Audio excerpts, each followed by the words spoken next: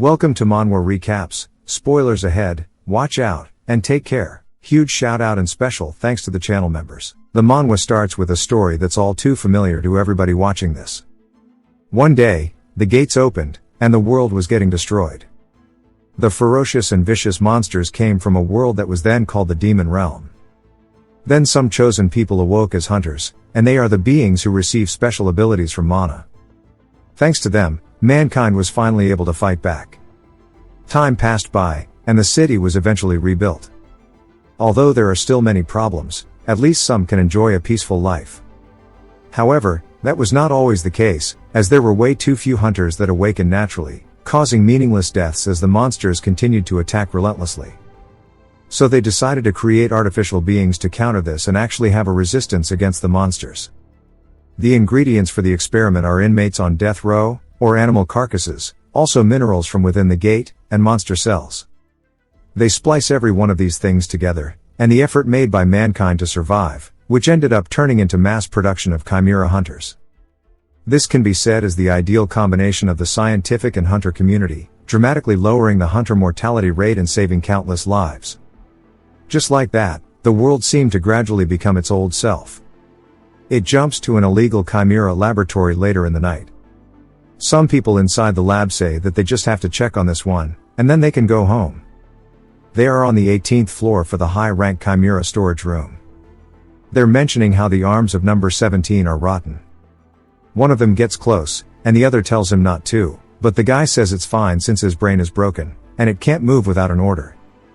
But they see that its right arm is totally rotten, which means that it must be a side effect of the experiment.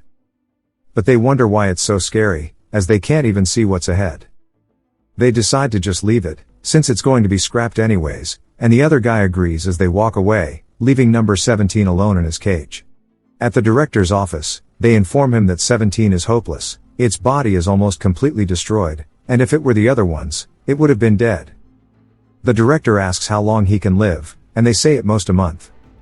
The other guy agrees, and he says if that's the case, it needs to join the gate sealing operation and have it guard the back when the hunters are returning. 17 looks up at the small little moonlight he has in his cell, and immediately jumps to him, brawling in the Demon Realm, specifically the Rocky Mountain Zone. A bird is flying in for an attack, and 17 starts to release some thread from the tip of his nails, creating a net that instantly cuts the monster flying at it into chunks. As they start to fall to the floor, a giant dune worm appears. 17 crouches down and leaps up into the air above it and slices through it, also turning it into meat chunks. 17 then roars, opening his 7 jaws, creating a giant blue ball of electricity that shoots out towards the monster horde, eliminating everything in front of him with a single attack. We see that it even went through the entire cliff behind him as well, and the hunters inside the gate with him say this is amazing, as he erased all of those monsters in one move, as expected of an S-class Chimera hunter. They then say that the gate shows no sign of closing, and it's their 3rd day here already. One of the other hunters says not to worry, as no matter how many monsters come at them, as long as they have that S-class Chimera they can handle it. One of the guys grabs his sword, saying that they just have to take care of all the small fries that manage to get past 17. The gate turns red as it starts to warp, and a man and one of the hunters alert them that the gate is closing. They say it's finally time, and the leader tells everyone that it's time to get out and head home. 17 punches something as we see him having a one-on-one brawl with a giant monster. One of the women hunters asks if they're not bringing it home, and the leader says that they were told not to bring him with, and she says that she thought he was expensive. The leader says that they said it was going to die soon anyway. She says that she's feeling sorry for it. If it weren't for that guy, there would have been a lot of casualties this time. He tells her not to sympathize with it, as he thinks he's technically a non-living thing, and that the only thing he can do is follow orders. As 17 is still brawling the monsters, the leader says that in the end, they're nothing but monsters. We hear the lab director tell 17 that the mission is to secure the return of the hunters, as he's still defending the gate from all the monsters swarming them, and he is constantly fighting them off. The director asks 17 if he understands, but the monster he kills this time starts to release a type of acidic goo, and we see 17 no longer has his arms. The director says that there's nothing else but that, and once the mission is completed, he doesn't even have to come back.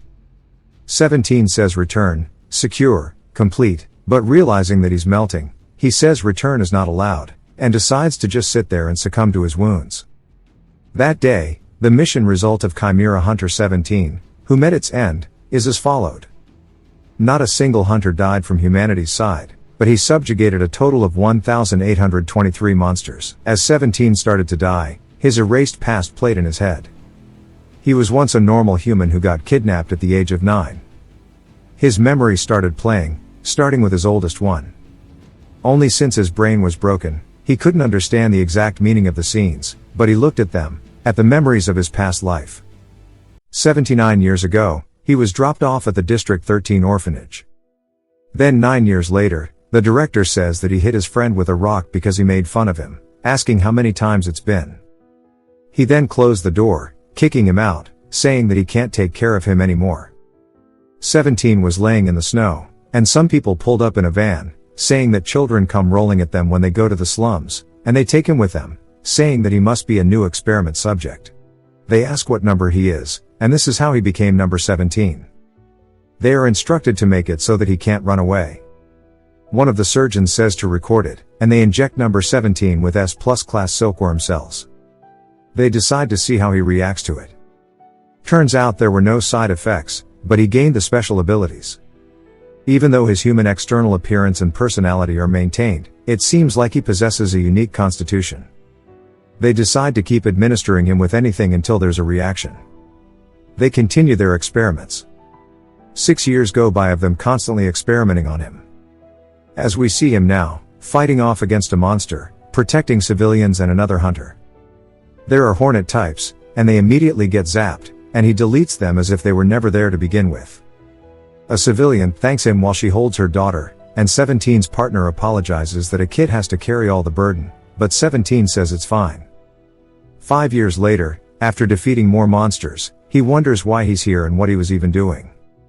The director asks why he's stopping, and if he's confused with his memories, and he laughs, saying finally his side effects are showing. 17 wonders what he's talking about.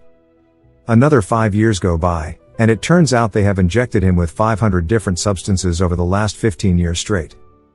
He's at least an S-class hunter, but in reality, his abilities are unmeasurable, and he is their laboratory's best masterpiece.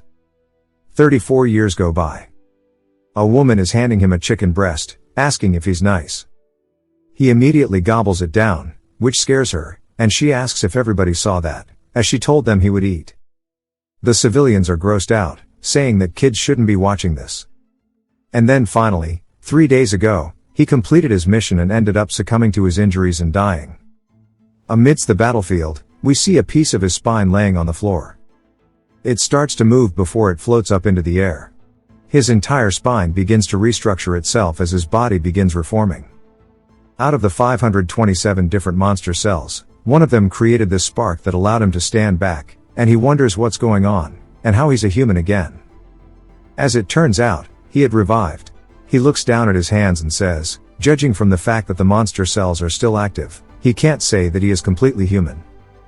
It feels like quite some time has passed since the experiment, and seeing how the lab hasn't come to retrieve him, he has been discarded. Even the experiment number on his wrist is gone, and this means that he doesn't have to run from the lab anymore. The reason his body turned out like this must be because of the fire-type monster's power. They say that if the core isn't destroyed, you can survive up to 3 times, but they also said that human cells can't fuse with phoenix cells.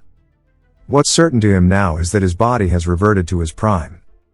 Maybe it's because all the side effects of the experiments are gone, but he feels better than ever.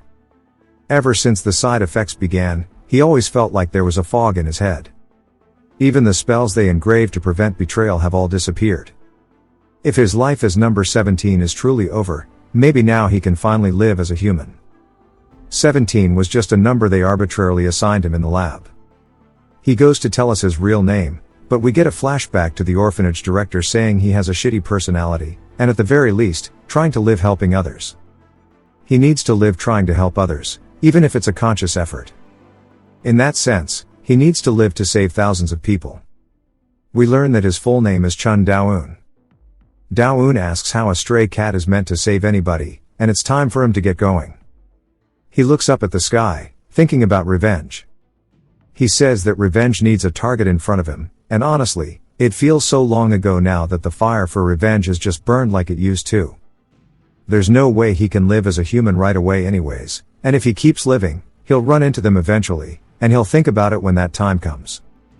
He then looks down at his junk, realizing that he has no clothes, and he says that it's settled, and it's time for him to try living like a human, and that first, he has to go get some clothes, and he doesn't even remember the last time he wore some as he starts walking somewhere.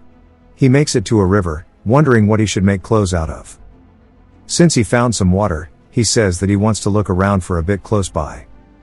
He then spots something, as there is a dead monster below him, and he wonders if there was a territory dispute or something, and it looks like it was pretty strong, but there are no obvious major injuries. Besides a purple goo from its mouth, so it seems like it died from poison. He says this is good, as he happened to need leather, and he starts to shapeshift his hand into a knife. He says that he'll need a blade to skin it, and he says, thinking about what he learned at the lab, he first needs to cut the belly vertically and insert the dissection scissors through the armpit, and he decides to do it like he has been taught. As soon as he cuts into it, he realizes something, as it starts to shoot out a purple miasma, and it flies past him. He says that it most definitely died from poison as it starts to fumigate the entire area. Of course, it has no effect on him, and he says that it just smells like ass, and then he needs to continue skinning it. After doing so, he says that it wasn't bad for a first try, and next, he needs to clean off its skin. He starts dipping it in the water, getting a lot of the poison out of it, and he says that he thought it would be soft when he saw it, but maybe because it's a monster's hide, that it's way too stiff, and it hasn't even been treated yet. He then gets an idea, and starts whacking the absolute shit out of it, saying that this is how you're supposed to tan a hide. He says this is probably good enough, as he keeps whacking it, and he makes it a lot softer now. He says that the size is also okay, and for some reason, from the tip of the bird's head, a fire starts, and it begins burning. Dao-un is busy ripping the hide into shape, as he punches his hand through it, making an armhole. He does it for both sides, and then ties a vine around his stomach, saying that this is pretty okay, as it turns out it's a perfect fit. He then looks inside of it, saying that the poison is not fully out, and he's too lazy to get rid of it, so he decides to wear it.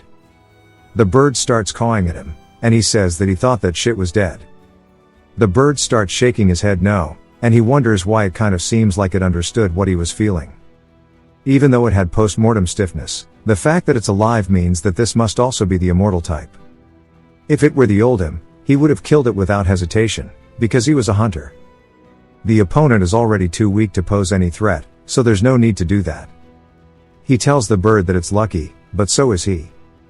This is his second life, and if so they should live it well, and if fate allows it, they'll meet again elsewhere, and he walks away from it.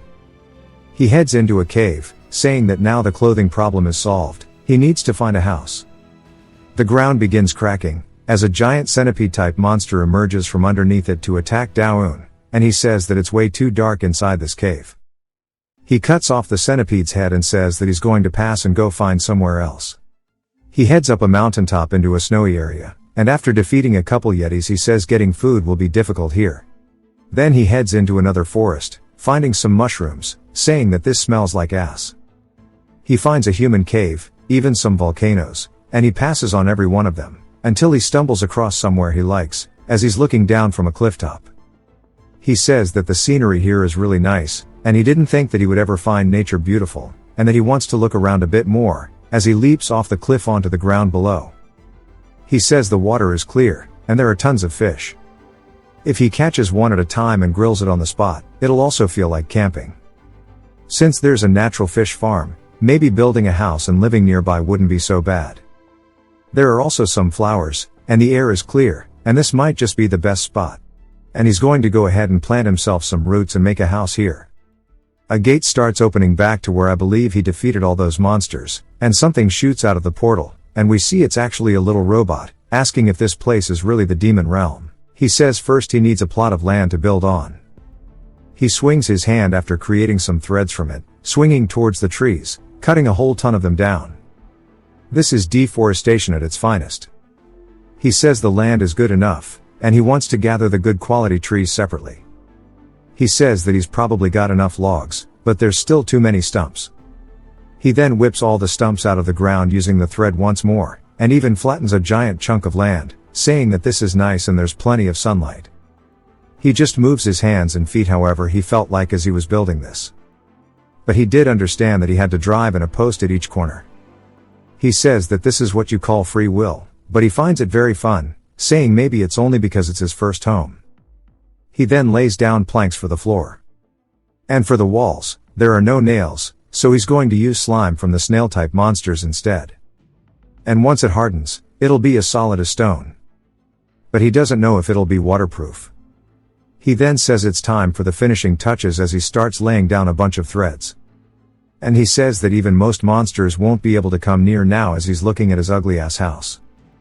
POV, your first house in Minecraft. He says it's quite cozy, I guess as long as he likes it. There's also something that he can tell is missing, but he doesn't know exactly what it is. And he wonders what does a house where people usually live have. In the lab, they showed him what a typical home looked like before the gate opened. In the educational video he saw at the lab, they usually grow something in the yard. He says maybe he's missing a dog, but he can't raise one here. He wonders if he should make a vegetable garden, but doesn't even know what's growable in the demon realm. He realizes something, saying that there's a snowy mountain nearby, and he can probably plant some mandragoras.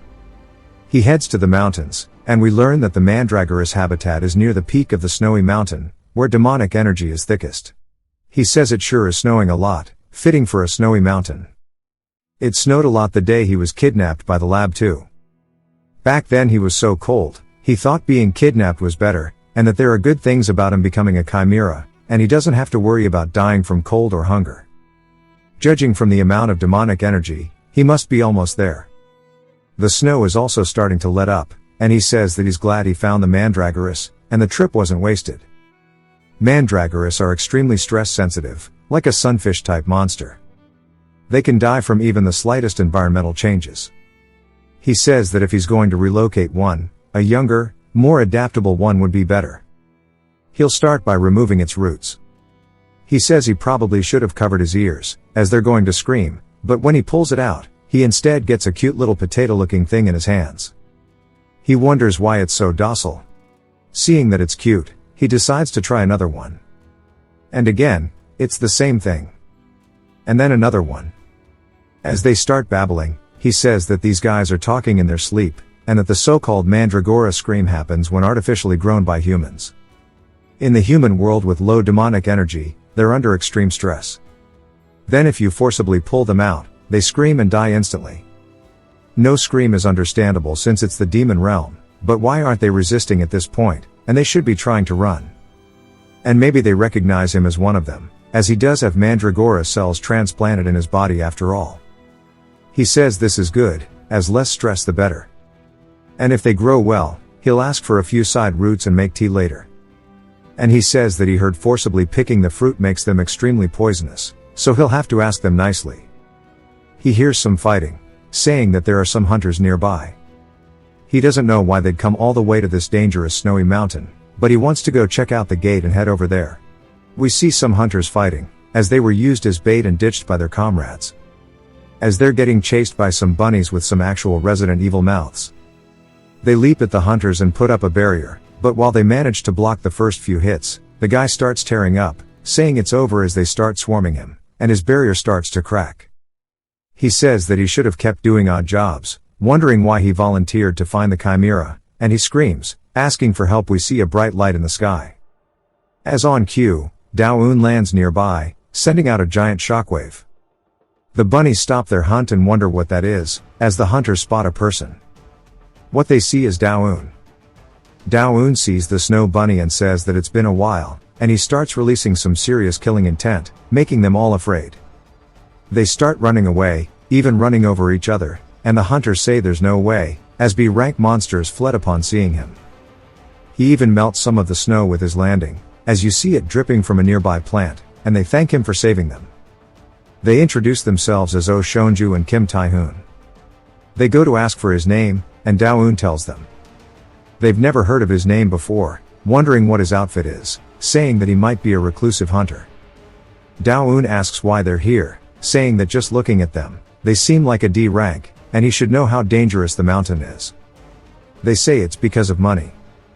There was a request to capture a chimera alive, and the pay was very good. Dao-un asks about the chimera, saying there's no way it's him, and they say that a lab test subject escaped, and it was a mechanical creature that jumped into a gate while fleeing. Dao-un says if it were a mechanical creature, it's definitely not him, and that he'll just grab a gate crystal and head back. He asks where their gear is, saying surely they didn't come to the demon realm empty-handed, asking where the gate crystals are. Shonju tells him that his teammates, those assholes, took everything and ran, and that was their plan from the beginning. He should have realized when the B-rank hunter let them join. Dao-un says that those bastards must be the ones with the gate crystal then, and Tae-hoon asks if he has any plans to return, as they're reaching their limits soon. He surely knows what happens when you get contaminated by demonic energy. The amount of time a hunter can endure in the demon realm varies greatly by awakening rank. If they don't return to the human world in time to purify the energy, most die. Of course, Dao-un isn't affected. They start pleading with him to take them back to the human world, and one of them even mentioned their wife being pregnant.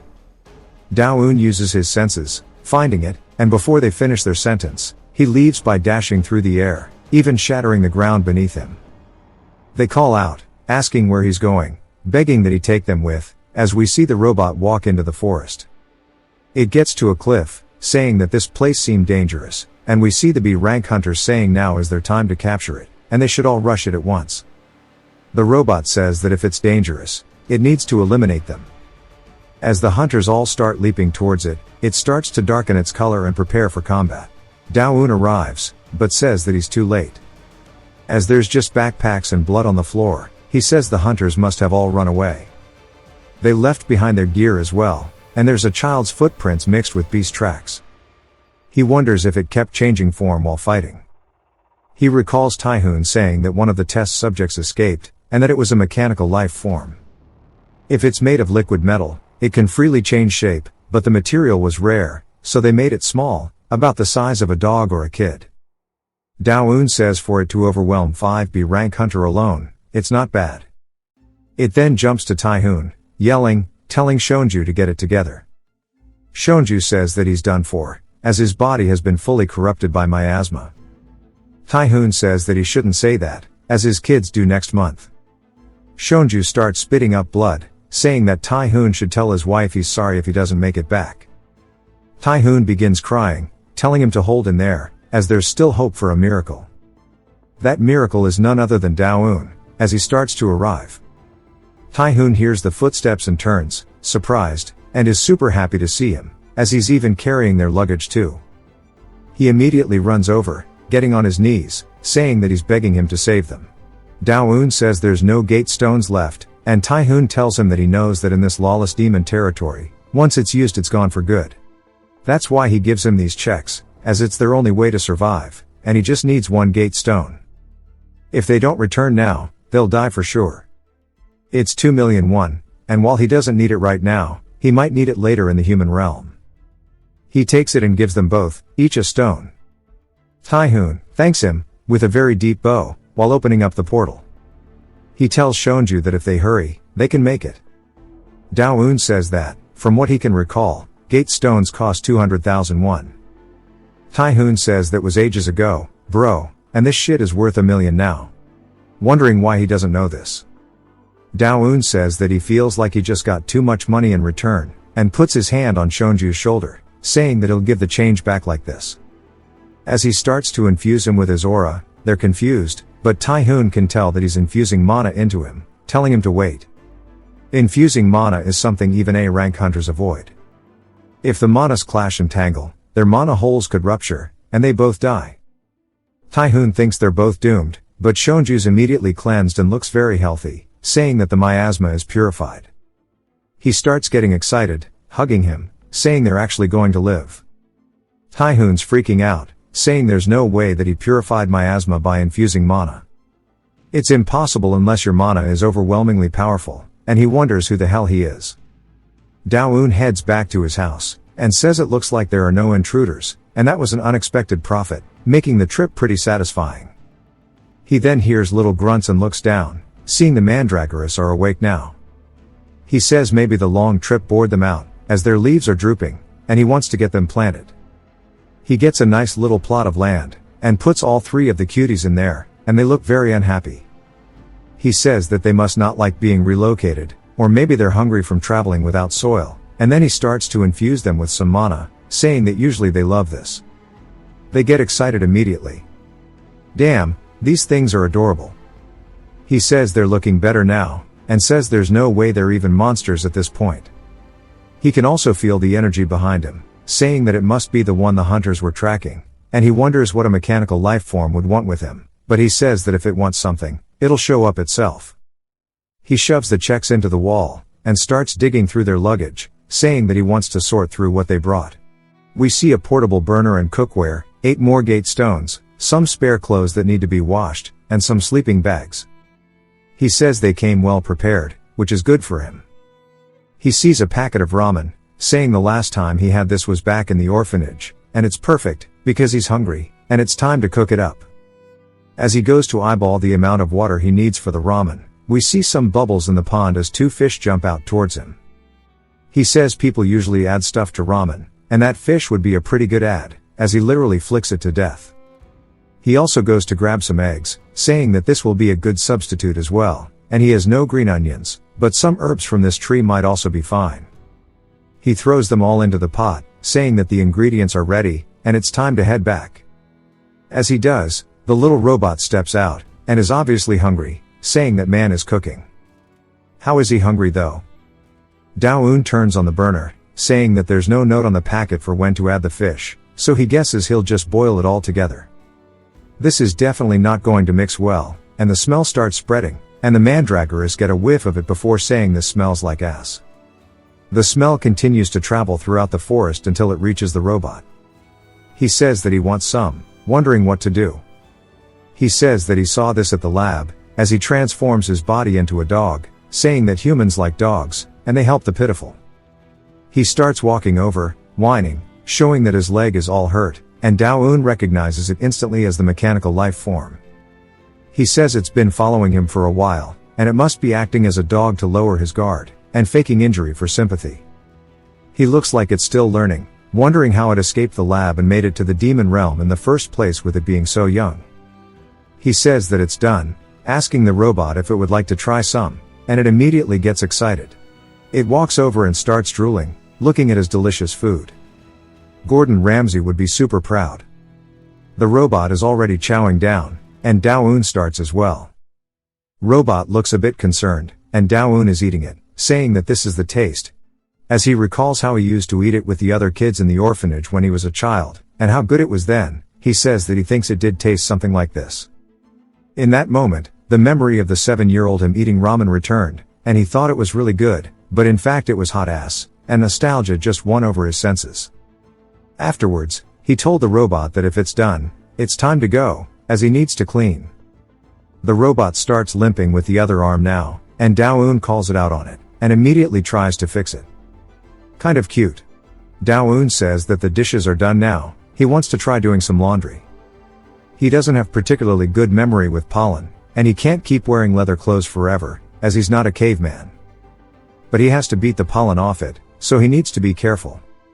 And he slowly swings down with the stick to beat the pollen off of the clothes, but instead, it explodes it in the ground beneath it, instantly deleting it. He says it's okay, and he still has 1 shot left, looking at his last piece of clothing. He then glances to his side, saying that the robot this time turned into a rock. He wonders why it keeps hanging around, after eating ramen and washing the dishes, and also when looking at flowers that resemble forsythias. The mechanical creature just kept approaching while changing shape, but it didn't do anything.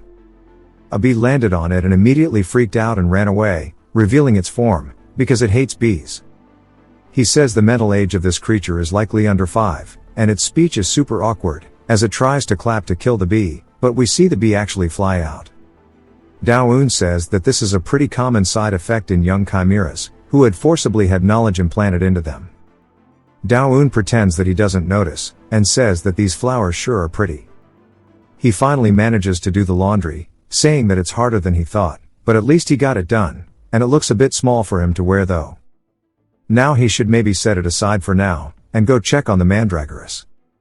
The robot thinks about something, and after Dao-un leaves, he walks over, grabbing the shirt off of the drying string, and says that the man has clothes on, so he will also put some on too. It puts on Dawoon's shirt, saying that this outfit is officially his now. Then starts to change shape, as the hair grows, turning into a little human kid.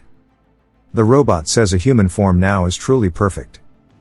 Back to Dawoon, he wonders why the mandragoras keep acting strange. He says the leaves are wilting as well, and the roots seem a little dry. It's strange that he pulled out all the weeds when he made the field, and he wonders what this is. As he starts pulling the roots out, he says there's all sorts of stuff underground, and he should have tilled it more thoroughly, and he almost killed the mandragoras by mistake. He says that he needs to make a proper garden, and maybe one the size of his house should be enough. The robot approaches him, and we see it was actually a little girl all along, and she calls out to Dawoon. Dawoon wonders if it's finally trying to talk to him, and he greets her. She asks if that is his house, and Dawoon says it is. She then gets excited, asking if he's a native of this place, and he wonders if he should mess with her a bit, and says that's right, asking what tribe she's from. She starts to freeze up thinking about it, and says that she came from across the waterfall from really far away, so far he couldn't even find it. He says that if it's by the waterfall, it might be the coconut tribe. She says that's correct, and that she is indeed from the coconut tribe, and nods her head. Dawoon then says the outfit is his, he thinks, and she says that in her tribe, finder keepers, so it's hers now. Dawoon says she can have it, and she gets excited. He then asks what brings her here from the coconut tribe, and she says that she was kicked out, so she has a favor to ask, and she bows, saying that she wants to live here too, asking if he'll let her. He asks why she wants to live here, and she says that there are no bugs, and there's a house, so she thinks it's safe, so she wants to stay here. Dawoon says that she just really wants a place to rest, and agrees, but says that she'll have to pull her own weight. She says okay, and just asks for him to give any job. He says that he needs to tilt the field, asking if she could do that, and they need to build a new home for the mandragoras. He hands her the stick, and she says to trust her, as she is strong, and she's good at using strength, as she starts destroying the ground, doing exactly what she needs to do. Dawoon says that she's not even trying to hide her identity, or maybe she just doesn't know how normal kids act since she only lived in the lab. He then asks what her name is, and tells her his. She thinks about it, and she says that she doesn't have one, so she'll make a new one, like that pretty flower she saw last time. She says that her name is Kim Nari. She picked this name because it sounds very similar to the flower name in Korean. So much so, Dawoon calls her the flower name instead, and she corrects him. A little later, she finishes tilting the field, and Dawoon says that was quick, and Dawoon even put a stone fence around the field. The mandragoras are super excited, and Dawoon says they really like it, and he should have done it before. Nari seems to be thinking about something, and he wonders what she's so curious about, and she starts bawling her eyes out, and he asks her what's wrong. She says that seeing the mandragoras reminded her of her friends. Dawoon is confused because there's no way she had any friends in the lab. She then hears some ominous sounds, and it can smell blood from not very far. Dawoon tells her not to be too shocked, as that's just monsters hunting each other, and it's common around here. She says that before she came here, she saw a chick-like monster, and that a group must be attacking it now. Dawoon starts to sense where it is, saying that it must be that way, and Nari starts grabbing her head, saying that it looks like it's in pain. Dawoon tells her it probably is, and she says that it's getting bitten. He says that it's going to get eaten soon, as this is the demon realm. Then he asks if she's trying to say that she wants to go save that monster, and we see her head still in pain because she can't bring herself to do it. Dawoon says this is the effects of brainwashing, and he decides to help her out, but wants to make it not sound like a command. He says that if she helps it, it might survive, wondering if she wants to go check it out. She immediately gets excited and runs off, saying that she'll be back. We see what's attacking the chick are some weird ugly bugs, and the poor guy's on the ground. Nari flies in, kicking its head off, saying to stop bullying it, and that she's going to save it. We get a flashback to the lab, and some of the other experiments. They are talking about how she ranked first again in the match, and at this rate, they'll be used in high-risk experiments. We see her holding onto a plushie, and then the plushie is all destroyed. All the other kids jump her shit, saying that they want to live too, and if only she wasn't around. Nari says that she only did what she was told, and that it hurts, asking for them to stop. She dodges one of the antennas, and rears back her fist, telling the monsters to stop more, and that bullying others is wrong, as she comes in absolutely deleting this thing, turning it into a green goo. Dao-un is feeding the mandragorous, and asks if it's tasty. She then returns, and he says that was quick, but she starts bawling, asking what she needs to do, as the little chick won't snap out of it. Dao-un says that she first needs to calm down, but then recognizes the monster, saying that he feels like he's seen it before. Dao-un walks over, saying that he'll take a look for her. He starts to put mana at his fingertips and stretches it out, putting it on the bird's head, saying that it does not look like there are any fatal injuries. Each monster's demonic energy contains its unique history. It's shrunk in size, and its color is lightened, but as expected, he was right. It's that immortal type monster from before. He wonders why it's shrunk like this, and if its regeneration method is different from his. She asks if it's really dying, and he says that it's just malnourished. She asks what he means by malnourished, and he says that it couldn't get food because it got smaller. He says he's given it some mana, so it'll recover on its own if they leave it alone. She looks down at the bird, recalling the plushie that she had before. The kids ruined it, and she says that if they leave it like this, it'll die, and it looks all limp like a rice cake. She wants to know if she can raise it and take care of it, and she'll train it properly, also she'll feed it too, asking if that's okay. He says that it might grow really big when it matures, and she says that she'll only feed it a little. He tells her to do what she wishes. She gets super excited, asking if he's serious. He says yes, and maybe it'll be okay if they let it loose in the yard to guard the mandragorous. As the chick slowly opens his eyes, it spots Dao-un, and he says that this is the one who took his hide back then. He then feels Nari biting his head and wonders what the hell is going on, but she realizes he's awake now and raises him up, saying that he looks like he regained his consciousness, and it's making the same sound as a pigeon, which is goo goo. He just wonders why there's a girl in the demon realm, and she squeezes him, saying that he's finally awake. He says to let go, but Dao-un's just confused because he can understand what the little guy is saying. A little later, we see him bandaged up, and she says the treatment is complete, and that she has decided on its name. She says that it keeps making the goo goo sounds like a pigeon, so she wants to name it Goo, asking what he thinks about it, and Dao-un says that's not bad. Goo asks why they are naming him whatever they want, since he already has a name of his own. She then drowns him in water, saying that since it's crying, it might be thirsty, and she says that it got all soggy, asking what to do. Goo is just begging for no more waterboard torture, saying he'll reveal all government secrets. Dao-un can tell that she doesn't understand Goo, and says that they should stop giving it water. She says it must be hungry, and she'll go find some food. She runs off, and Dao-un says that he's got more small stuff, and that he wants to make a storage shelf to keep things organized. He starts to cut the log in half, saying that size-wise he doesn't need to be very big, as he uses his Swiss Army hand to change into a blade and starts cutting it, but it breaks instead of cutting neatly, and he wonders what's the problem as he made it the same way as the table and the chairs. Goo watches this, saying that the wood color is different. The one in front of him is originally softwood. Dao-un asks if different woods have different hardnesses, and Goo asks if he really didn't know that. Dao-un then asks what color is the strongest, and Goo says obviously red-colored.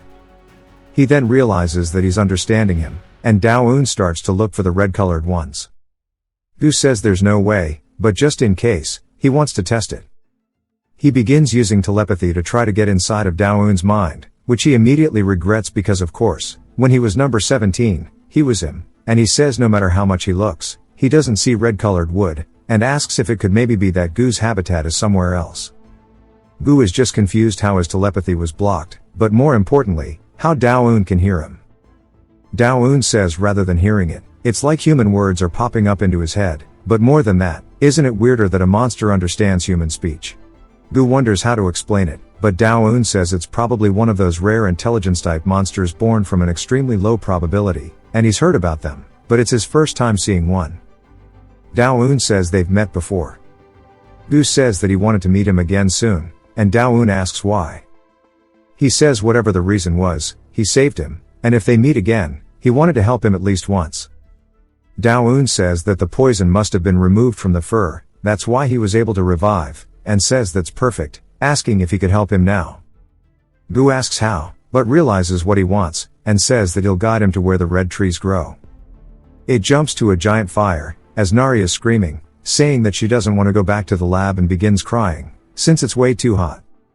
She falls face first onto the ground after the explosion happens overhead, and she says that the lab came to fetch her, but she wonders what to do, as she hates fire, she's terrified of it.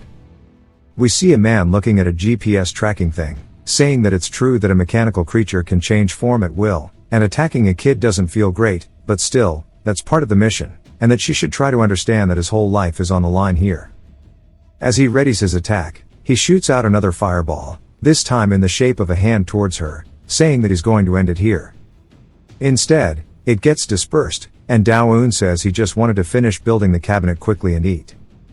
Gu says he'll tell him where the trees are later, as right now, they need to save the kid first. Dao-un agrees, and he says that he can tell she's terrified of fire, as she's having a panic attack. He says first, he wants to put the fire out. Gu says he agrees, and that for bullying a child, this guy's a scumbag. The guy asks him what group he's affiliated with, saying that it looks like he's aiming for the mechanical creature too, and he's running out of time. So to get lost. Dao-un tells him that he talks too damn much, which irritates him instantly, and the guy calls him cocky, asking why he's talking shit, and shoots forward 2 flame-like whips towards Dao-un. Dao-un raises his finger slightly and begins channeling his mana at the tip of it, before blasting the cliff behind the guy, absolutely destroying it. Before the guy can even realize what happened, he looks up and gets crushed by the debris. Dao-un asks Nari how she is, and she says that she's okay now, and that he swiped the fire away, and he says that when she has a fear, she just needs to knock it out. Dao-un then grabs the guy's hair and says it's time to wake him up, but he instead pulls off his hair, saying that if he faints again, but realizing that he just pulled off the hair, he's confused, and looks back down, wondering what the hell is up with this bald guy. Nari starts laughing, saying that a bald guy is hilarious, and she says he's no longer scary. Dao-un seems to be having different thoughts, because he says that he's not someone she should be losing to. Gu says that this should explain what's going on. Telepathy is the ability to look into and upon his memories, and it can also be transmitted to others. We see a scientist laughing in a lab and with an evil smile walks over to Nari when she was still just a piece of goo, saying that seeing as how she's avoiding him, it looks like she's grown a proper ego. Stretching his hands out towards her, telling her not to be afraid of it as it's just a durability test. She instinctively puts up a spiky barrier, but we see Dao-un patting her head lightly, and he says that the trauma won't disappear so easily, but he guesses this is a step forward. Dao-un asks what she should do with the bald guy, and Gus over there tapping his head. Nari says she has a good idea. They tie him to a rock and hang him over a waterfall, and she says that if he gets wet, the fire goes out, so now he's not scary anymore. He says this is not why he came to the demon realm, and Nari just says he's mean. Dao-un says that they can't make fun of someone else's appearance like that, and that she might get better sooner than he thought. He gets into the water and Gu asks what he's doing. He says he wants to make ramen, and Nari starts hyping it up. Dao-un asks if the coconut tribe eats fish ramen too, then she continues hype beasting it. The bald guy says that he is definitely an A+ rank hunter, but he might even be more than that. He's probably one of those secluded hunters who operate in the shadows, but to think that he'd eat ramen with a person tied up like this, even for the demon realm, this is too much. We see Nari actually catching some fish, and Dao-un says they're only going to use one so she can let the rest go. She says that she understands it, but he needs to hurry up and start cooking. The bald guy watches this, saying that if they boil that, it's going to taste really fishy, but he wonders why he's adding so much water, and he thinks that they have no idea what ramen actually is.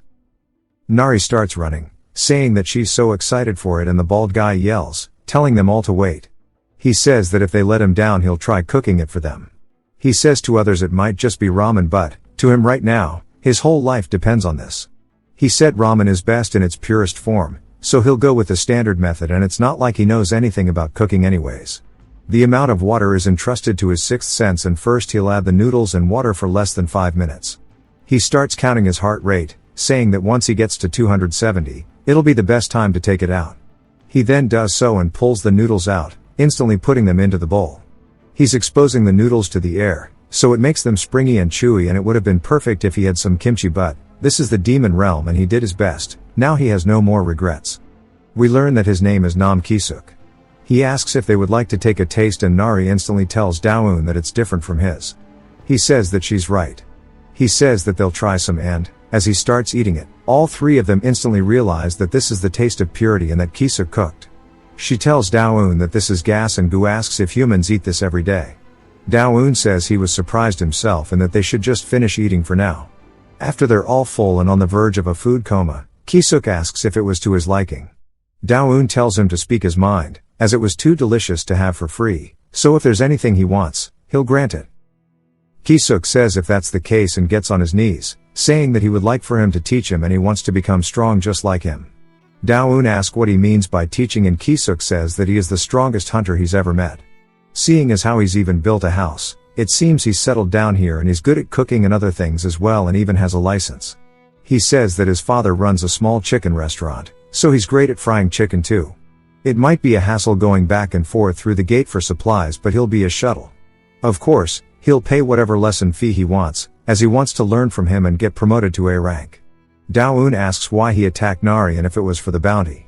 He asks if he means a mechanical creature and Dao-eun tells him to be quiet, as her concept is that she's from the coconut tribe, so he's just going along with it. He says he understood and that's for personal reasons, so it's difficult to say, but he doesn't need anything like a bounty. As long as he can pass the hunter promotion test, he doesn't care about anything else. Dao-eun says that's the case, then to stand up, as he had a delicious meal, so it's the least he can do and he wants to have a sparring match. Kisuk thanks him. Nari says she would rather spar with him instead. Dao-eun asks if she's sure and she says that he already said it, when something scary appears to knock it unconscious and she wants to try putting out his fire. Kisuk says that it seems like she's already forgotten, that it's Dao-eun who's strong, not that he's weak. Dao-eun points over at a rock, asking Kisuk if he can break it. Kisuk says that's black ironstone and it's a stone said to be several times harder than diamond. Dao-eun asks if that means he can't do it and Kisuk says that you need to at least be an A rank to do it. It then gets shattered by Nari's attack, sending the debris flying and he instantly realizes he made a mistake, as she tells him to hurry up and fight already. We learn that Kisuk was actually once a promising hunter. He first awakened his abilities at around 8 years old, and considering that the average awakening age for others is in their late teens, he was a very special case. Eventually, we see him heading to a B rank exam. He charges up an attack, and knocks out his opponent. Adding hard work to his talent, he grew at a very fast rate, reaching the rank of B+ before he even turned 20, and explosive fame followed. His days were nothing short of perfect, aside from one thing. One day, he was in the shower, and he noticed that he had lumps of hair falling out. Everything came all too early. At the age when others began to awaken, his hair started to fall out. In his early 20s, the crown of his head became barren, and by his mid-20s, he even developed a receding M-shaped hairline. I feel bad for bro. He visited every pharmacy and clinic he could find, but none of it was fruitful at all. Even if they gave him a hair transplant, it would all fall out. With his handsome looks and natural talent, once he shined brighter than anybody, he quickly lost his light, besides on his head. His growth as a hunter also completely stagnated, and we see he fell into a deep depression. He's watching the news as they were joined by somebody of the research institute where Nari is from. They were talking about how liquid metal is an extremely rare substance even in the demon realm, and it accidentally got spilled all over his head. He took off his hat, and his hair ended up growing back completely. This is the guy who was scaring Nari, by the way. Kisuk asked what kind of bullshit that is for a 90-year-old man to have a full set of hair after being bald for so many years. This means that he was developing a hair loss cure, and he laughs it off saying no, he just once again realized what a world of mystery the demon realm is. As an awakening for the sake of humanity, he will use all the remaining liquid metal to create a mechanical life form, and challenge for Korea's first prize. This pissed Kisuk off, and he said that he needs to make that damn hair loss cure now, and that would be the greatest thing for humanity. A few days later, he saw that the life form had escaped into the demonic realm, and since there are no laws there, it was finders keepers, and he decided that no matter what he would find it, and pour that shit all over his head. That is how he got in here. It wasn't over a bounty, just like he said. We see him waking back up, and saying that Nari is way too strong. Dao-eun says that he couldn't even land a single clean hit, and if he keeps this up he is not going to let him be his gopher. Kisuk pleads, saying that he'll do better, and just to watch him. Dao-eun finishes making a storage cabinet, saying that the redwood really is sturdy. Gu tells him that it'll last a long time, and Dao-eun says that at least Kisuk has some grit. Kisuk says that he did nothing but get beat up all day, but he feels so liberated, and maybe it's because he finally took off his wig. He makes a spear out of fire, and tells her he wants to fight once more. Gu says his ability to control fire is not bad, but to think he can't even be a kid. Dao-eun says it's not like she is just any kid, though. Ki-suk charges back in and she says come at me unk. He swings down, breaking the ground, and we see her disperse into liquid metal. He recognizes it, saying that this is called liquefaction. As she starts to reform in the air, she kicks him straight in the face, sending him flying into the air, landing in a cliff. She says she's not scared of fire anymore and it's all thanks to him. Ki-suk laughs, asking if this is the limit of a B rank and saying that he doesn't have any more skills to use but he has to get up. Where else would he get a chance to spar like this? He's a man who doesn't know how to give up and he tells her one more time before his nose begins bleeding. Dao-eun asks how long he's been in the demon realm and he says it's been 9 days. Dao-eun says he needs to go back and with his rank if he stays here any longer he'll die from the demonic energy. He says that he supposes he should. Dao-eun says that still he seems to have the potential for a rank, so he should keep working hard. Ki-suk says that he's been failing the exam for 6 years straight.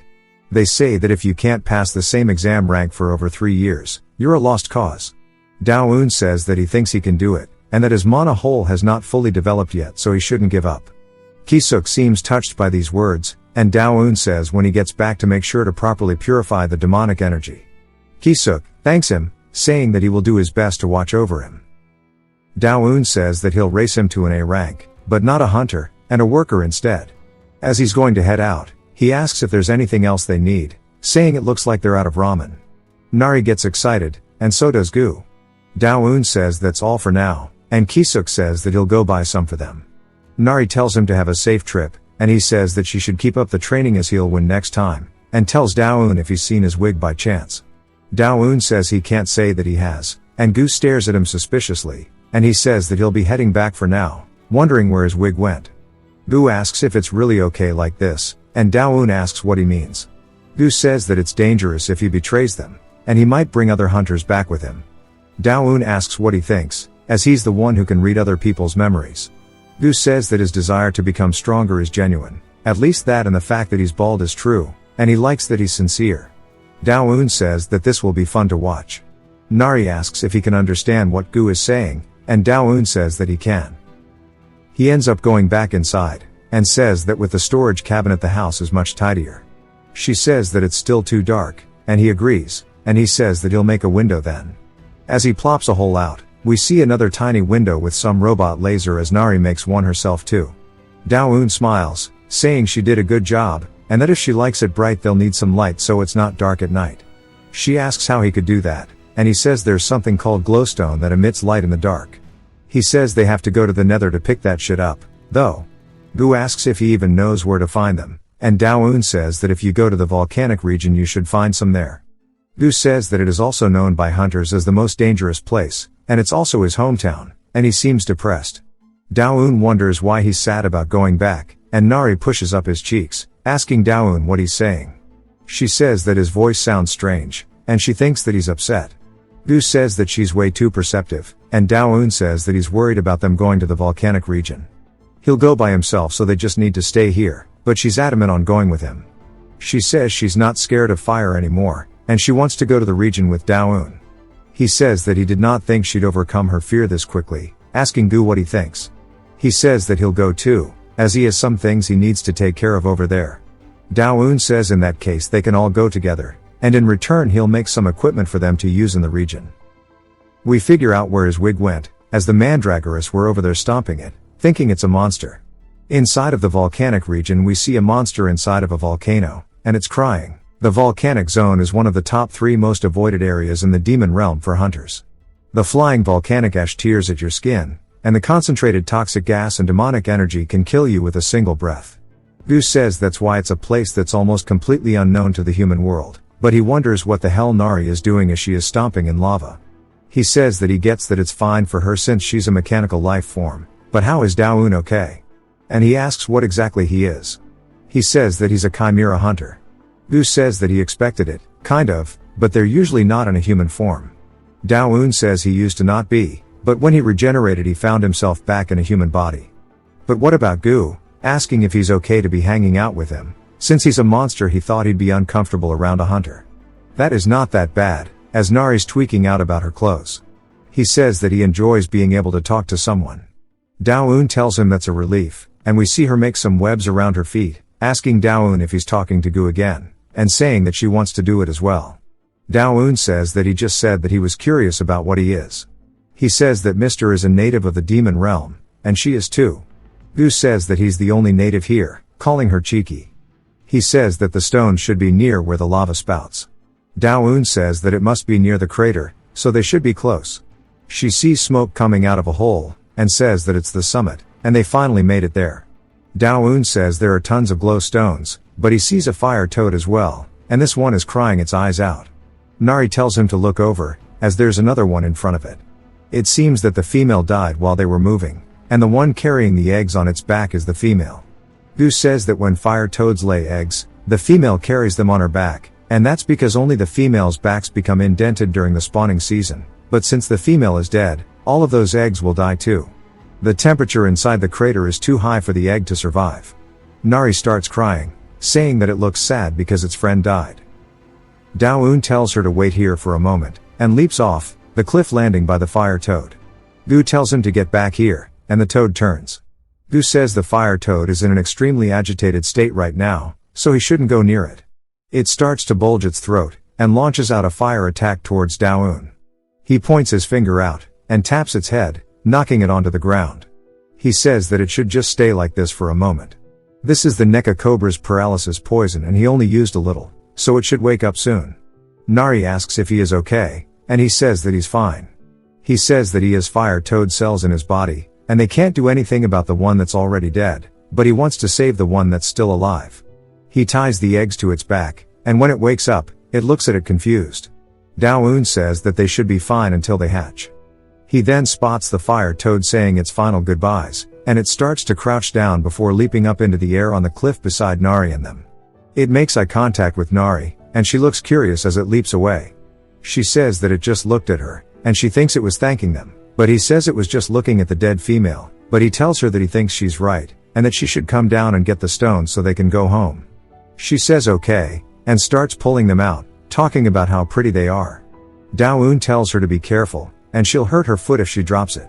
She says this little stone is nothing, and she's excited about the bag. We see Gu struggling, and Dao-eun asks if he's okay. He says that he used to toss these around for fun, and if only his body had not gone smaller. Dao-eun says that he doesn't have to help him, asking why he doesn't just go run his errand, as he even brought a gift to meet his friends. Gu gets embarrassed, asking what he means by friends as monsters don't have those, and he's not planning on meeting them, and he can just leave the gift behind. Dao-eun says that he's just embarrassed to miss his own kind, and he guesses intelligent monsters really are different. Gu says that he just regrets not being able to say goodbye when he left. Dao-eun asks why he left his pack in the first place, and he says that things were good. He says that there were good things about his intelligence awakening, and he was having so much fun learning, but there were bad things too. His friends would just eat everything he was curious about. In the country of the one-eyed monkeys, he says that if he had never known the language, he would never have felt this emptiness. The two-eyed monkey is the strange one. I'm not sure what that means, but he says that's why he left his pack and has been living alone, and that they probably don't even know he's gone. They don't have much sense of kinship anyways. But he wonders why he can't pull this rock out. When he does, they hear a crack. Nari says that this is an egg, and she wonders what species it is. They see that it's cracked, and they say that it must have been hit by the stone that got dropped. Dao-eun says that the hatchling needs to break out of the egg on its own, and that's the only way for it to grow up healthy and strong. Nari asks what they're meant to do, and she says that she'd take it with them. If they leave it here, it'll become cooked. Gu says that they have no idea what'll hatch from it. Dao-eun says that he does have a place that would be perfect for a nest, and he's a bit curious about what's inside. He says it can't be helped, and to take it. She says that she'll carry it. Gu says that he's never seen an egg like this before. Dao-eun asks him who told him to drop the stone, and he says that's true, but what if Nari gets hurt because of it? Dao-eun says it'll be fine, because he'll make it so. He says that he'll trust him, and Dao-eun says that they should get back to mining the stones. Nari's excited, saying that she can't wait to go back home. When they finally get back, she's so excited. We see Kisuk there as well, and Dao-eun says that he's here early. He says that he'll carry everything if he lets him, and hands him a bag, but he warns Kisuk it'll be heavy. Kisuk laughs, saying he's strong, before he falls to the floor, asking what's in here. Dao-eun tells him to lift his face, asking why he's injured. It turns out the gift that Gu gave all of his kin was ramen, and they looked like they enjoyed it a ton. Dao-eun says he didn't realize that he was the type to get beat up, and he says that Nari beats him up all the time here, and that they must be hungry, so he'll serve the food right away. Dao-eun starts to prepare the glowstone, and Nari asks what he's making now. He says that he's cutting and shaping some glowstones, and he's gonna hang it from the ceiling, and that must look pretty nice. She says that she thinks he's really smart, as he knows so much, and he's good at explaining things. Also he seems kind-hearted too, just like her dad. Dao-eun asks if her dad is doing well in the coconut tribe, and she says that he is. Gu says that the sunset feels so warm, not as much as the volcanic zone, and his body feels like it's melting. As he's laying there, the mandragoras tower over him, and together they all are in agreement. As they start some super crazy teamwork attack, they fly through the air, landing on Gu only to bounce off. He asks what's gotten into them, and Nari asks why they're all fighting. Dao-eun says it looks like they're mad at Gu for invading their territory. Ki-suk says that they've waited long enough, and sweet and sour is so addictive, it's a huge hit with the kids right now, and he made them fried tofu pockets. He says that they're easy to make, and they always look so impressive. Gu says it looks pretty decent, and Ki-suk laughs, telling them to go ahead and dig in. Dao-eun says before that, he didn't answer about what happened to his face. He explains it, saying he went to the Hunter Association to apply for the promotion exam, and ran into some A-class bastards. Dao-eun asks if they just teased him for failing, and they got into a fight, and this was the result. Ki-suk says exactly that, and they told him to stop hanging around because he's muddying the waters. They kept pushing his buttons, asking if his pride fell out along with his hair, and he just couldn't take it. Dao-eun says that he just shaved his head, so he's not completely bald. He starts lecturing him on male baldness, and Dao-eun apologizes. He then asks when the promotion exam is, and Ki-suk says that it's in the next 60 days. Dao-eun says in that case, it's time for special training. Ki-suk asks what he wants him to do, and says that he'll do anything. Dao-eun says first from now on, he's taking over dish duty from Nari. He asks why the dishes, and Dao-eun says that he needs to also go wash all the glowstone because they're filthy from the volcanic ash. Ki-suk asks why he's making him do all this, as he said it was supposed to be special training. Dao-eun says that if he doesn't want to, he can just live the rest of his life as a B-class. Dao-eun tells Nari that they're going to go fish to aid their digestion, and she says that sounds like fun. Ki-suk wants to say something more, but he stops, and he says that he must have a reason for all this. Everyone thinks he's some kind of natural-born genius, but he is a man who clawed his way up to B-class through sheer effort. A man who is nothing but a corpse without his diligence and perseverance. A man who trusts to the very end once he decides to believe. He's the man who gets up and tries a 7th time, and he's a man who has it all. He's kind, sexy, cool, and dandy. These are his words. We see them both fishing, and Nari says the fish aren't biting, and all the fish are gone, thanks to Ki-suk. He says that the fish keep biting him, and it stings, and aquatic-type monsters are the worst matchup for his attribute, and this is rough. Dao-eun says that he requires so much supervision. Dao-eun asks what he thinks his man is for, and that he just needs to put up a shield. Ki-suk says that he's been practicing, but it's not going well. Dao-eun says in that case, he pulls out a piece of glowstone and tells him to hold it. He asks why all of a sudden, and as it starts to release some demonic energy, he drops it, saying that he can't put any strength into his arms. Dao-eun warns him that some glowstones contain condensed demonic energy, and since it's an unrefined power, that's why he has to use refined mana to push it out. Before you can use his power properly, he already has plenty of mana stored in his body, and he's just a little unskilled at controlling it. Dao-eun taps both of his shoulders, and he instantly starts feeling it. Dao-eun says that he should notice the path now, and he needs to follow and channel his mana through it, then focus on trying to lift the stone again. He does so, and while it's a little challenging, he manages to lift it overhead. He says so washing the dishes and the glowstone was all part of his training for mana. Dao-eun says in that case, he should keep channeling his mana, and take care of the dishes for mana. Ki-suk says that he can count on him, as he is a man who can polish anything to a shine, and he's perfect for housework. That night, we see a bunch of the glowstone unrefined, but he actually managed to make a light, and they're all sleeping inside of the cabin. Ki-suk is drooling and I can't tell if Dao-eun is asleep or not, but Gu's holding the egg and he notices that Nari is standing up. He wonders where she's going this late at night. We see her in the river looking at her clothes, and she says they keep getting dirty, and this is the one that Mr. gave her, and it'll be okay after she cleans it. Dao-eun asks why she's doing laundry in the middle of the night, and Gu says that she's a girl, and she doesn't have any other clothes to change into. Dao-eun says he guesses it doesn't matter what he wears, but for her it's a different story, and maybe he's been too neglectful since she's a child. She steps out, saying that the laundry is done, and now it's perfect. Dao-eun says that the night air feels nice, and she asks what he's doing here. He says he's on a walk with Gu, asking if she's out for a walk too. She says that's right, and Dao-eun asks if she can stay still for a moment. He ties a little thing around her waist, and puts a flower on it, and he says that he thinks it looks cute. She gets super excited, saying that it's pretty, and it looks a lot like his now. He says that it's the flower she's named after. There's then a rustling in a bush, and she gets scared.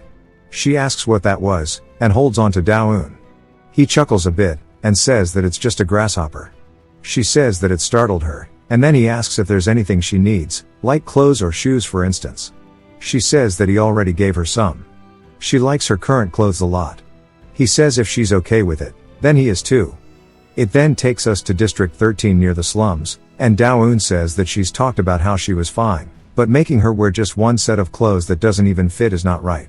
It would have been better to bring her here to choose for herself, but the human world might still be too much for her due to the trauma.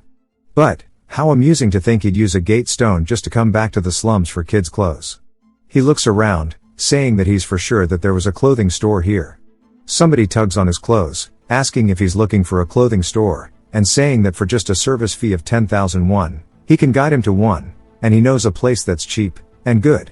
Dao-eun says he'll pay him when he gets change, as he does not have any small bills. The guy sighs, saying that if he's a hunter who doesn't even have that much money, he's clearly a rookie who went to the demon realm and got ripped off. He asks if he even has the money to buy clothes in the first place, telling him to follow. He normally asks for payment up front, but he looks pathetic, so he's going to make a special exception. Dao-eun thanks him, and the guy introduces himself as Oh Bong-soo. Dao-eun tells him his name and he says that he'll just call him brother instead. Dao-eun says there are tons of patrol cars around, which makes the slums feel safer. Bong-soo says that he surely hasn't been awakened for that long, and Dao-eun asks if it's that obvious. He says that he came out of a gate without any equipment, and he must have spent a fortune on gear only to have it all stolen by thugs, but he shouldn't be too discouraged. But, it's like that for everyone at the start. Dao-eun says that he knows a lot for his age. Bong-soo says that he's not a kid just because he's short, and that he is 17 years old. He also warns him that he should avoid District 13 if he can, as it's known for being really dangerous. The Space Gang, which used to be in District 11, recently expanded their territory here. The police have practically given up on it, so they never go that way. Dao-eun wonders what the Space Gang is, and if maybe the District 13 orphanage where he used to live is still there. At the clothing store, we see a woman sighing, saying that she must be crazy trying to run a clothing business in the slums. She says young couples don't have kids because they can't afford them. She wonders if she should just swap to a different business. The door opens, as Bong-soo tells the lady he's here, and he calls her a Juma. She says that she should just call her sister, because she's not even married yet. Dao-eun says this is his first time in the clothing store, as Bong-soo introduces him, saying that he's a hunter. She tells him to get over here for a second, asking if he's really going to keep bringing brokies here. She says that he's owed so much in unpaid tabs. He asks how he's meant to know if he has money or not, and she says to just look at him, asking if he really thinks he has any. Bong-soo says that he's handsome, though. Besides, she's the one who told him to bring over any pitiful hunters she sees, because they remind her of her late younger brother. She says that just once or twice, if she keeps helping kids like him, she'll end up homeless. As they keep arguing, Dao-eun says that he would like to buy some clothes. He throws them all the money he has, asking how much he can get with this. They're both surprised, as he has a check for 10 million won, and he said that this is all he had. She puts her hands together, saying that the place where he can meet her. She starts chanting praise for the place. Bong-soo turns into Barry Allen, setting up a whole table for him to sit at. He says that she sells stuff from adult clothes to children's clothes, asking if he's shopping for himself. He says that clothes for a preschool-age girl, and while he's at it, something for him too. She says that he's come to the right place, since children's clothes are their specialty. She'll let him take a look at this year's spring collection. She starts showing them to him, one after the other. Of course he doesn't know what he wants, and he just decides to buy all of them, and we see her printing out his receipt. She says that she hopes that every single day is like this, and she's completely sold out. She asks if he would like to have the clothes delivered, and he says that he'll carry them himself, and then hands Bongsu some clothes and money. He starts carrying them. Dao-eun says he has one more favor to ask, and they head out. Bongsu says here's the clean and decent inn he asked for, and there's a police station nearby, so it's safe, and the owner is nice too. He says to wait here for a moment, as he'll be right out. Bongsu says something's not right. No matter how much money he has, giving a kid like him 100,000 won and buying him clothes, he heard that there are a lot of guys nowadays who lure street kids with money to kidnap them. He wonders if he should make a run for it. But, what if Dao-eun's a good person, just like Park the store owner? He says, just like he said, the owner seems nice, and is clean too. And he hands him some keys, saying that it looked like he was living on the streets. He paid a year's rent up front, so he'll be living here from now on. He paid for his meals as well, so to make sure he eats properly. He says that he'll be leaving. And Bongsu asks if he's going to kidnap him if he goes in there. Dao-eun asks what he's talking about. He's the one who introduced him to this place. Bongsu says that's not his goal. What does he want? Bongsu says that he just met him for the first time of the day. The finder's fee, the clothes, and now he even has a room. He's been so nice to him. Dao-eun says it just reminds him of how things used to be. And he used to live like him a long time ago. And that he will see him again. He heads back inside. And Ki-suk and Dao-eun ask where he went, as he never said anything. He said he went to get a present. She gets excited and Gu asks how many clothes he bought. Ki-suk asks if there's anything for him. And Dao-eun says of course not. Nari says that clothes are nice and they're really pretty too. Dao-eun says if she finds something she likes, she should go inside and try it on. And she says that she'll try them on immediately. Also, the egg begins to hatch. Turns out Ki-suk knew where he went, because he left him a note, as he used his clothes. Dao-eun says as soon as he got serious about folding, for some reason he found it pretty calming. Nari told him to take a look, as she really likes this dress. We see her wearing it, and she looks cute. Dao-eun asks if that's her favorite. But she says she wants to try a few more. Then she tries to put on some overalls and struggles, and then an oversized shirt which was clearly Dao-eun's, saying that she's a ghost. She continues, and Dao-eun says she's very excited. Gu says that she is pretty cute. She says that she decided on her clothes, and she says that she likes this chicken because it reminds her of Gu. Gu asks if she really thinks that looks like him, and Dao-eun says that's a good choice, asking if she wants to try folding them herself. She says that she's got it. Gu asks what he's going to do with all these other clothes, as there's no room in the house. Dao-eun says that he was thinking about that, and he's thinking of expanding the house to make a walk-in closet, and then they'll install a built-in wardrobe. Gu says that means they have to cut down more trees, and Dao-eun says not to worry, as he's got someone else to chop the wood. He asks Ki-suk if he's ready for some special training.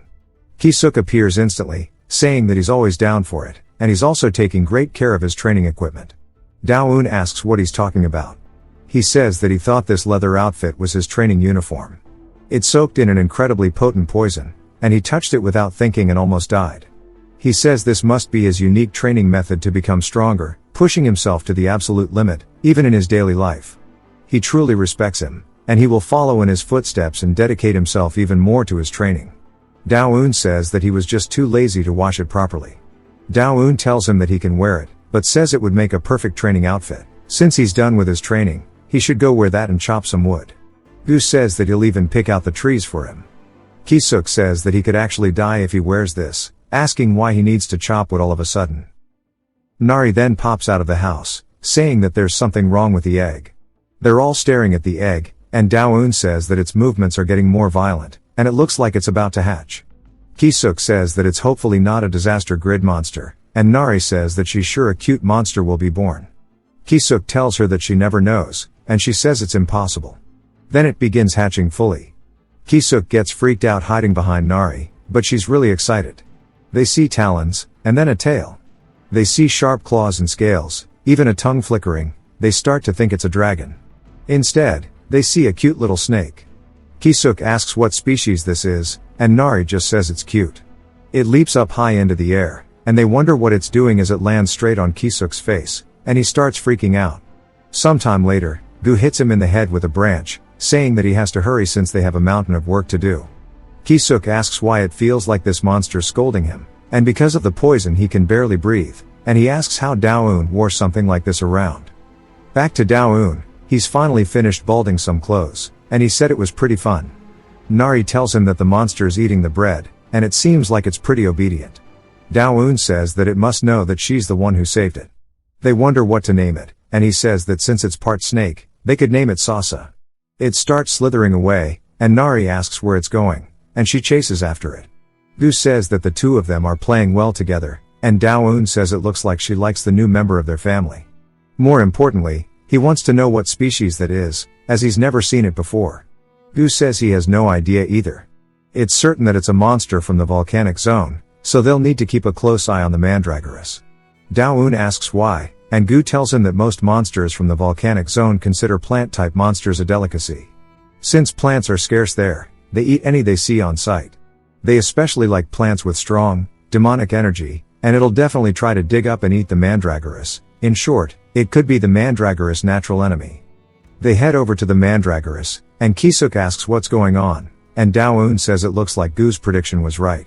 Nari says that she'll stop them, and Dao-un says it would be nice if they didn't fight, but this is the demon realm, and they might need to sort out their pecking order at least once. It's still young, so it doesn't look dangerous, and they can just watch for now. It glares at one of the mandragorous and instantly goes in for an attack. It's going for the smallest one first, but the biggest one steps in and blocks the hit for it. It looks like they're forming some kind of triangle around it, and it goes in for a counterattack. The Sasa blocks the attack with its tail, and even smiles.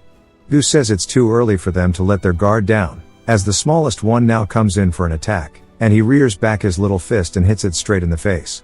It looks like there's no damage until Sasa starts crying. Kisuk asks why, and Nari says that it's probably just shock from being hit for the first time in its life.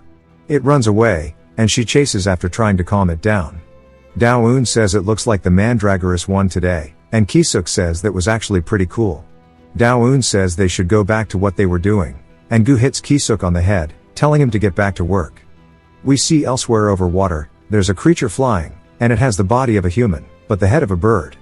We see them continuing to build their cabin, and Gu is ordering Kisuk to move faster, while Nari is having fun putting the coating between the logs, as Dao-un is putting up the folded clothes. This continues until Kisuk takes off the nasty training outfit, saying that it's finally over, 2 whole days without sleep, and it has been a hellish time for him. He made it exactly as he was told, and hopes that this was right. Dao-un says he built it better than he expected. Nari says the dressing room smells like flowers. Kisuk says come to think of it, this lavender scent is very calming. Nari asks why it smells like that to begin with, and Dao-un says that Gu specifically picked out aromatic wood for it. Gu says that it'll make their clothes smell nice too, and even the mandragorous are enjoying it, as well as Sasa.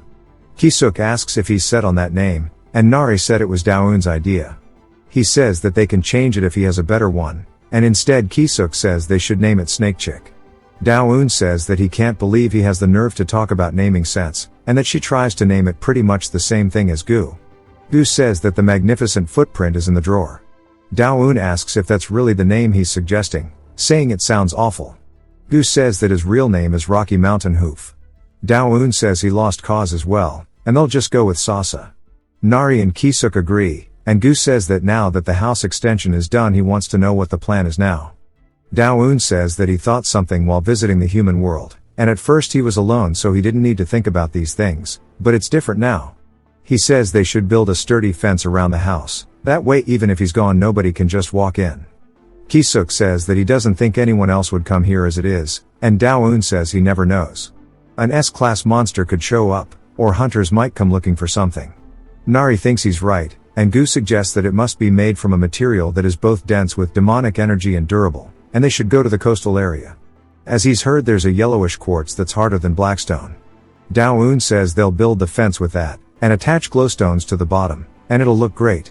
And they'll have a nice campsite-like atmosphere at night too. He says that they'll head to the coastal area, and Nari gets excited they're going to the beach. Kisuk though has the opposite reaction. He says there's no way they don't know what kind of place that is. His nose begins bleeding. He says this is perfect timing, and then he needs to go back and vent some of this demonic energy out. Dao-un says that if they're late they'll take care of their mandrake gores when they come back. He says that even for him he'll have to be careful in the coastal area as it's a dangerous place that's practically off limits to below A class, and more importantly 2 disaster-grade monsters rule that area. Dao-un asks about them. Kisuk asks if he really didn't know. They seem to be chimera hunters who escaped the laboratory a long time ago, and they have the heads of birds, but their bodies are said to have remained human. We see one appear over a cliff, and some hunters say it finally appeared, and to get the tracker ready.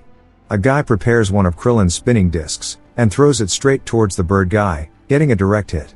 It starts to fly off, and they say that it being a disaster grade was just a baseless rumor. He asks if they should pursue it, and they say no, they should wait since there are 2 of them. The guy says that after 60 years they should be dead, or maybe they've completely turned into monsters, but that wouldn't make sense since their bodies are still human. The guy says that he should see them as a kind of failure, but regardless, the creation of Chimera hunters is humanity's greatest achievement, and they can't let a failure like that tarnish such an achievement, and today they will reach that. One of the guys is using binoculars, calling out to his team leader, saying that it's not actually running away, and it's flying straight towards them. He says they need to put up a barrier now, and they do so. As the Chimera raises its wings, it launches out wind magic that instantly destroys the barrier, cutting them. They can't believe it was shattered in a single blow, and it does a backflip before it flies back in, and they realize their judgment was mistaken. The team leader asks what they're doing, saying they need to stop it now. Nari then charges in, hitting it and telling it to stop picking on weak people. He wonders if she's also a Chimera, and distances himself, and she says that she can't let a bully be. Dao-un says that she has it the other way around. As Dao-un looks, hearing the hunters talking about the mechanical creature being nearby, he says that he forgot she had a tracker, and this is getting annoying since it's going off. He says that he can't believe he'd meet this guy again, asking the bird if he remembers him as they were roommates, wondering what his number was again. He says he didn't think he'd still be alive, and it's funny how things work. The bird goes to ask if he is who he thinks he is, but the hunters say that the guy's suspicious, and they should leave him in retreat. Dao-un says if he just lets them leave it'll be a pain for them, and that they should clean this up.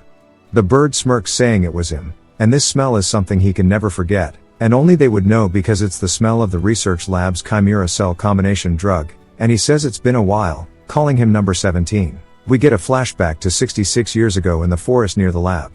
They're searching for something, and we see the little bird guy running with somebody on his back. It's his sister, and she says that she's so cold. He says of all times a side effect seizure had to happen now. He wonders if this is really the right decision. Even if he dies at the hands of those lab bastards, it would have been better than to just leave her behind.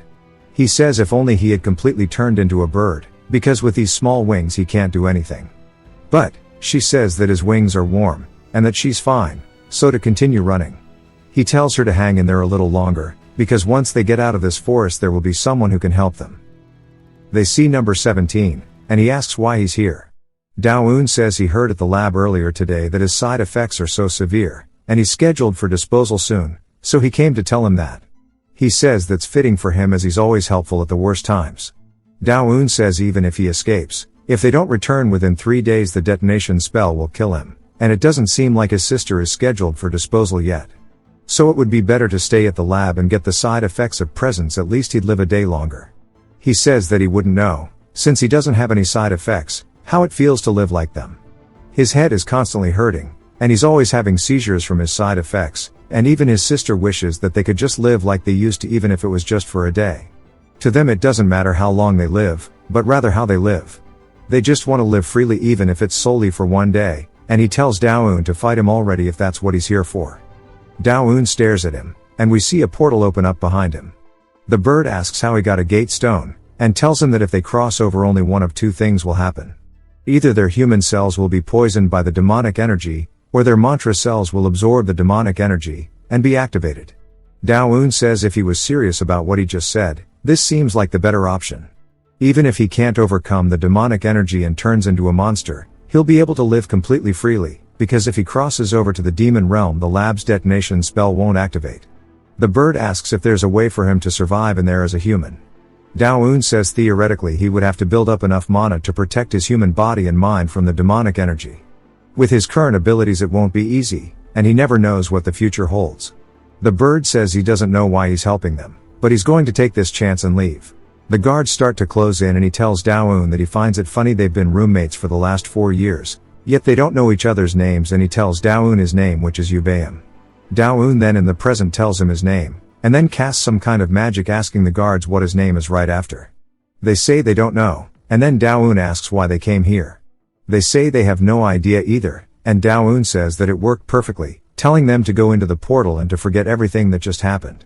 Ubayam wonders if he erased his memory with this too, and Dao-un says that since he has the cells of an oblivion herb in his body, about 3 hours of his memory before and after will be completely erased. Ubayam asks if it's because he doesn't have side effects that they put so many random things in him. Dao-un tells him that a lot happened after he left, and says Ubayam's name. Ubayam says that it sure is a surprise, as he didn't expect him to remember. Nari then tugs on his shirt asking if he and the bird are really friends. Dao-un says yes, and that he is from the sparrow tribe. Ubayam wonders what he's talking about, and then questions her about the coconut tribe, saying that he thought they were allies. She says that's correct, and Ubayam has no idea what's going on. She bows to him saying that she thought he was a bad person. Her stomach then growls, and she tells Dao-un she's hungry. Dao-un asks Ubayam where his house is, and if he has any food. Ubayam is trying to piece it together, still wondering if this might be his daughter or if it's some kind of weird role play. They head to his house, which is just a giant bird nest on the ground, and Nari says that it looks just like one in the trees. Dao-un tells him he built it well, and Ubayam says that he's not sure how it'll taste, but it's grilled clams that he made. Nari tells him they're huge, and Dao-un says it looks decent. Gu takes the first bite, and has one of those food war reactions, and Nari does as well, and so does Dao-un. He says that it tastes even better with the red moss. Ubayam tells him that that is just an all-purpose seasoning, and that he's glad he likes it, but to eat slowly. He then starts to have severe pains and begins shivering. Nari says that she wants more, and he says that he's out of ingredients for today, wondering what to do. She asks if she goes to catch some clams if he can make it again.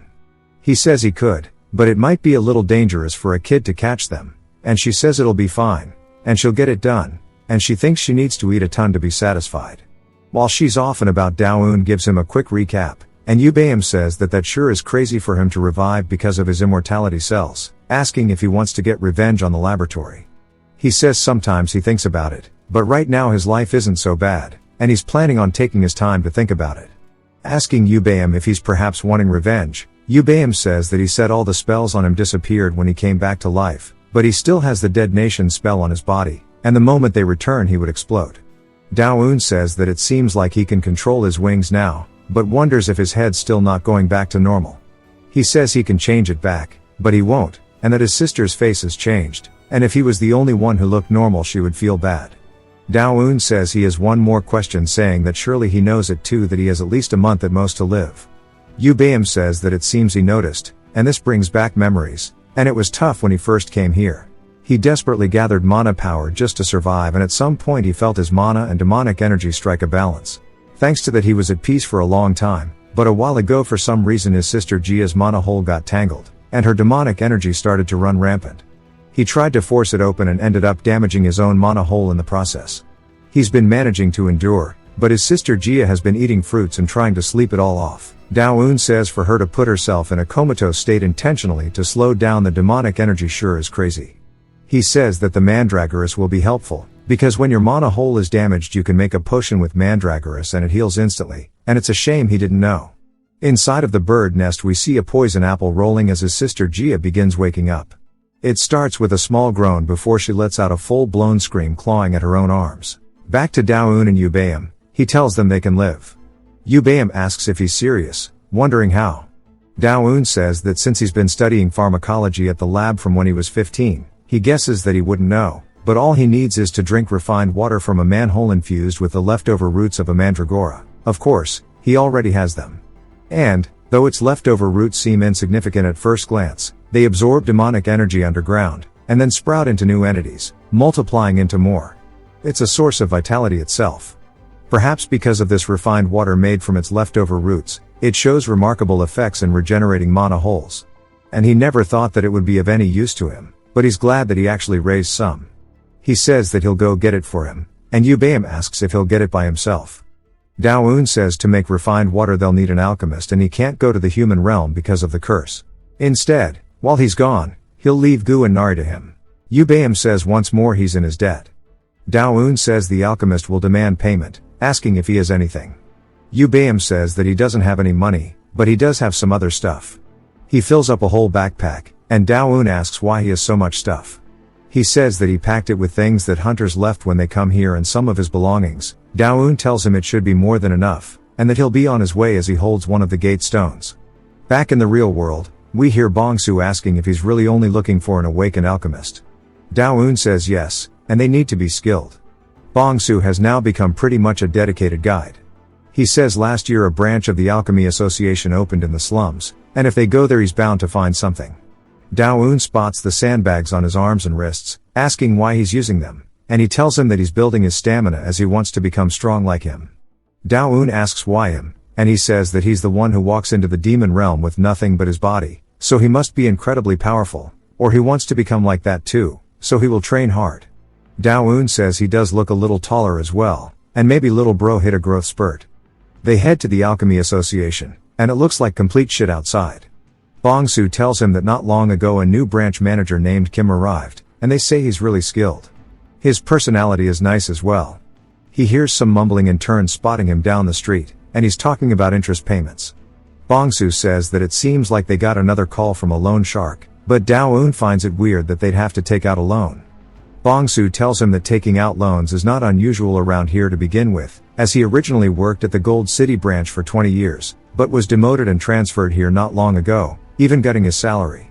If he was demoted, Dao-eun says, he must have done something wrong, but Bong-soo says that from what he has heard back in Gold City one of the higher-ups was secretly embezzling the slum's subsidies and that his name is Director An.